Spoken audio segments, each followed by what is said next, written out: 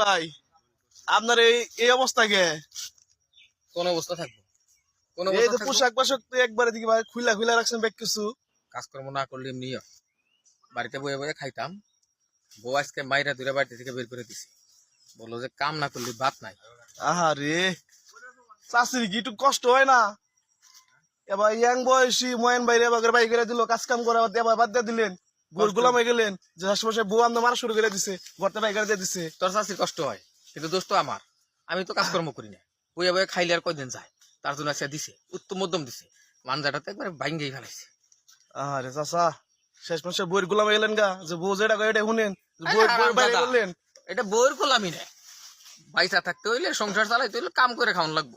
কাম চোরার কোনো বাত নাই। চাষা দেখছো তো কি কইলো? মনে রাখো বিয়া করে কি পেয়ারা, কেউ বিয়া সাথে কইরো না।